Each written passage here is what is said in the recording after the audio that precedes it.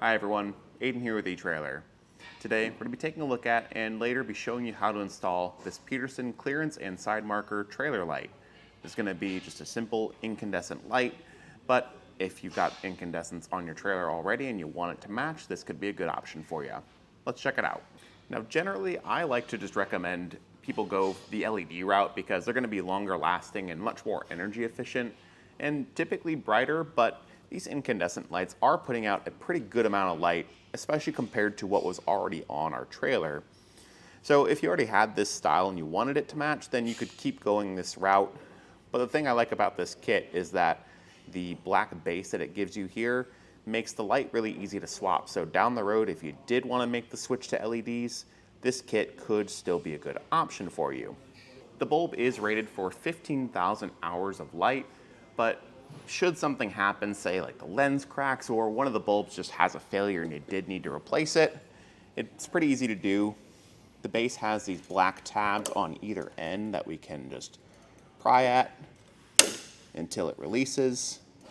You can pull the light straight out. This unit is going to be sealed and water resistant, so if it is around water, you'll be all right. And the base here, in my opinion, is the real star of the show because that 2-pin setup makes installation of the light really easy, or swapping of the light. It's not going to include mounting hardware, so you will have to either reuse old mounting hardware when you switch to this or provide your own new hardware.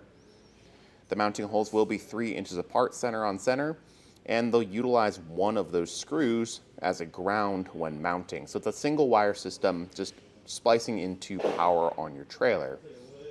But if you're curious to see what the installation of this kit looks like, just follow along and we'll show you how we got it installed on this trailer.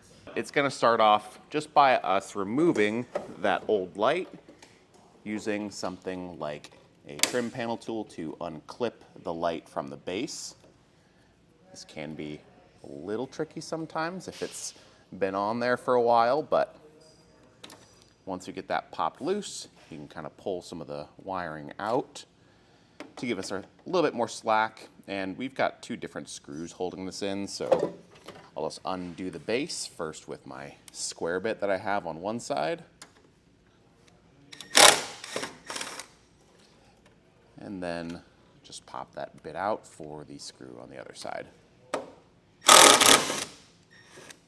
With all that undone though, I want to just take a look at the back of my light. I can see that the red wire going into the light is on the positive side, so that's my power wire. And the black ground wire we're not going to need anymore since our new base just grounds by screwing into the trailer. So I'll just make sure I remember that. And I'm going to cut those wires both loose, leaving myself a fair amount of slack to work with. I'll strip back the end on my power wire here.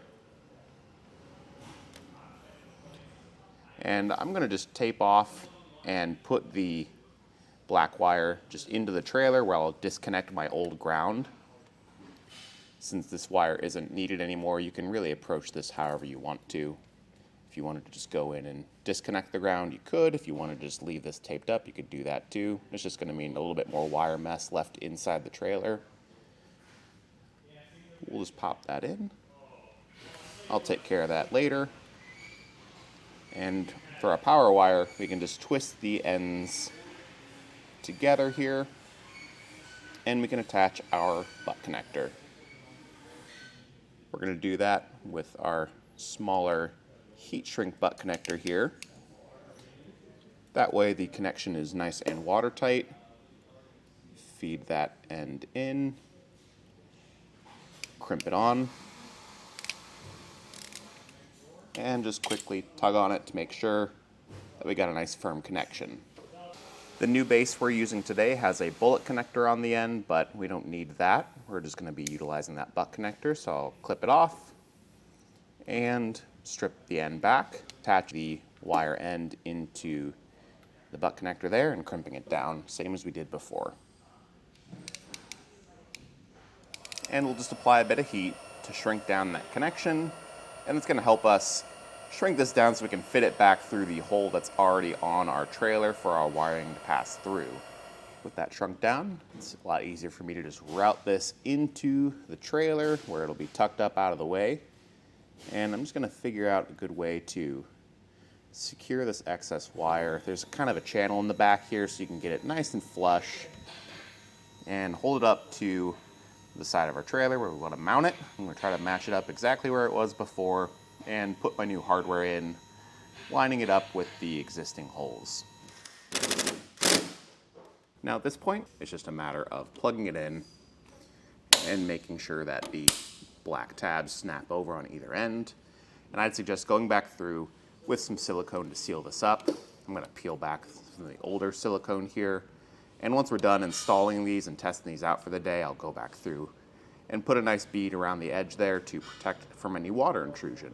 Whether you just got that new base or you got a kit that includes the base and the light, really the bulk of the installation is just that base, because that's the only thing we need to wire up. And it's a really nice upgrade for your trailer, because now in the future, should one of those lights break, you don't have to do any new wiring. It's just going to be unplugging it and plugging a new one in, since it's got those quick bullet connectors at the back. But that'll do it for a look at and installation of this Peterson clearance and side marker trailer light.